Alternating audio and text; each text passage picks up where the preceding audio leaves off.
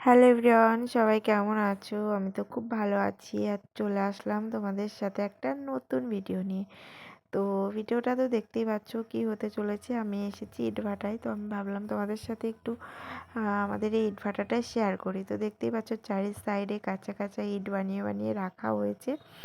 তো আমি যাচ্ছিলাম এদিক দিয়েই, তো ভাবলাম তোমাদের সাথে একটু শেয়ার করি, তাই ভিডিওটা করে নিলাম। তো দেখো এই যে এই ইটগুলো সব কাঁচা বানিয়ে রাখা হয়েছে আর চারি সাইডে, আর আমরা সবাই মিলে যাচ্ছিলাম এদিক দিয়ে।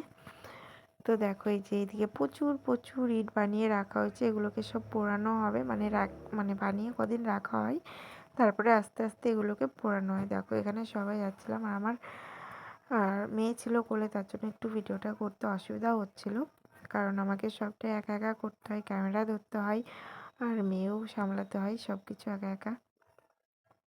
আর প্রচণ্ড রোদ্দুর ছিল, কি বলবো, হাঁটতে হাঁটতে মানে এত গরম লেগে গেছিলো, কি বলবো তোমাদেরকে। আর এই যে এগুলো বেশি বেশি পুড়ে গেছে, তার জন্য এগুলো সাইড করে রাখার জন্য এগুলো বাতিল, এগুলো দিয়েও কাজ হয়, প্রচুর কাজ হয়।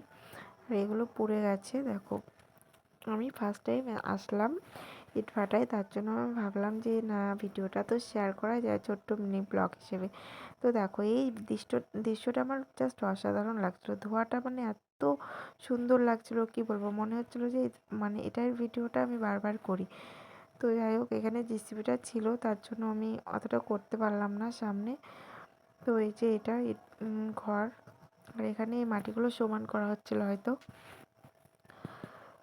তো চলো তোমাদের সাথে সবটাই শেয়ার করি। এই যে এইগুলো সব পুড়ে গেছে দেখতে পাচ্ছ, আর আমরা সবাই যাচ্ছিলাম, খুব মজাও হচ্ছিল, ভালো লাগছিল, সবাই গল্প করতে করতে অনেকটা রাস্তা হেঁটে হেঁটে যাচ্ছিলাম। তো আর সত্যি কথা বলতে আমি এক হাত দিয়ে ভিডিও করছিলাম, এক হাত দিয়ে মেয়েকে ধরেছিলাম, একটু অসুবিধাও হচ্ছিল। আর এই যে যেটা দেখাবো কোথায় পোড়ানো হয়, এই যে এখানে এই ইটগুলো সাজানো হয়েছে, আর এইখানে দেখছো সাজ দিয়ে দেওয়া হয়েছে, এইগুলো পুড়তে পুড়তে সব আস্তে আস্তে পুড়তে পুড়তে যাবে। ওই যে এই দৃশ্যটাই আমার জাস্ট অসাধারণ লাগছিল, সব থেকে বেশি ভালো লাগছিল।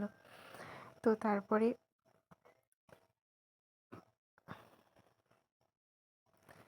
তো এই দেখো সব সাজানো হয়েছে ইটগুলো, এখানে সব আস্তে আস্তে এগুলো মানে একসাথে আস্তে আস্তে পড়তে পড়তে সব এইরকম হয়ে যাবে।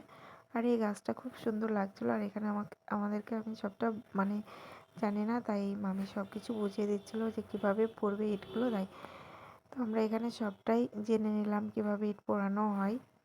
তো বেশ ভালোই লাগছিলো। আর এই গাছটা দেখেছো, এটা আমার জাস্ট অসাধারণ লাগলো, এটার আমি ছবিও পোস্ট করেছিলাম একটা, তোমরা হয়তো দেখতে পাবে। তো যাই হোক, আমি ভিডিও করে নিলাম, তোমাদের কেমন লাগলো অবশ্যই জানাবে। আর এখানে সব কিছু বোঝাচ্ছিলো যে কী করে কী করা হয় না হয়, সবটাই বেশ মজাই হচ্ছিলো, হাঁটাও হচ্ছিলো আর গল্পও হচ্ছিলো অনেক। তো যাই হোক, তোমাদের কেমন লাগলো আর তোমরা কে কে গিয়েছো এরকম ইটভাটায় অবশ্যই কমেন্ট করে জানাবে। আমি তো ফার্স্ট টাইম আসলাম, আর তো ভাবলাম তোমাদের সাথে শেয়ার করি, তো শেয়ার করেও ফেললাম।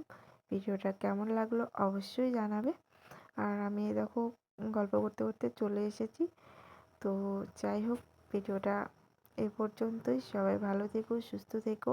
আর আমার মতো কে কে একা একা ভিডিও করো আর কমেন্ট মানে ক্যামেরা ধরো, সবাই একটু কমেন্ট করে জানাবে। ক্যামেরাটা আমাকে একাই ধরতে